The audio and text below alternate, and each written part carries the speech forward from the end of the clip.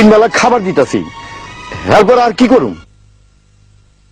আচ্ছা, আপনার ঘরে যে কোরআন রাখা আছে এবং যে কোরআন আমি পড়ে আপনার এই বাংলাদেশে এসেছি, সে কোরআন ছাড়া কি আপনাদের অন্য কোনো কোরআন আছে?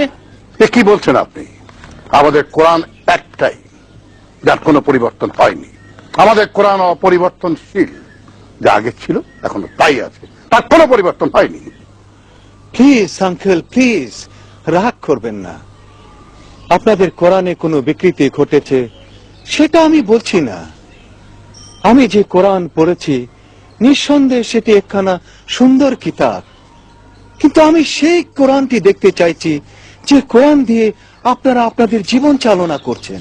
বলেছি তো মিস্টার গোমেজ, আমাদের কোরআন একটাই, আমাদের দ্বিতীয় কোনো কোরআন নেই। যদি তাই হবে তবে এই কোরআন তো আপনাদের কাউকে মেনে চলতে দেখি না। আপনি কি বলতে চাইছেন? আমি বলতে চাচ্ছি, অমুসলিম আর মুসলিমের ব্যবহারিক জীবনে আমি কোনো পার্থক্য দেখতে পাই না। এরা উভয়ে সুদের উপর বাড়ি কিনে, সুদের উপর ব্যবসা করে, উভয়ে মিথ্যা কথা পাল্লা দিয়ে বলে। আর নামাজ রোজার কথা বলবেন, সেখানেও তো একই অবস্থা। অনেকে উপাসনালয়ের ধারে কাছেও যায় না। এই অবস্থায় আমি কি করে বুঝবো যে আপনাদের কোরআন একটাই? মিস্টার গোমেজ, আপনি আমার চেতনায় আঘাত দিয়ে আমার চোখের সামনের থেকে ভুলের পর্দাটা সরিয়ে দিয়েছেন। একজন অমুসলিম হয়ে আপনি এই কোরআনটাকে যতটা বুঝেছেন,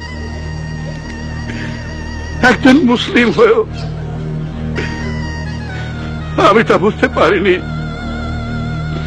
যে আমার জন্য কত বড় লজ্জা, কত বড় পরাজয়, কত বড় পরাজয়।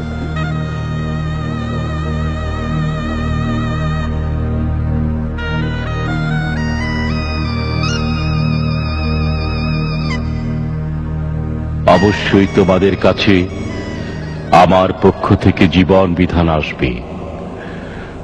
অতঃপর যারা সেই বিধানের অনুসরণ করবে তাদের কোনো ভয় নেই, তাদের কোনো দুশ্চিন্তাগ্রস্ত হতে হবে না।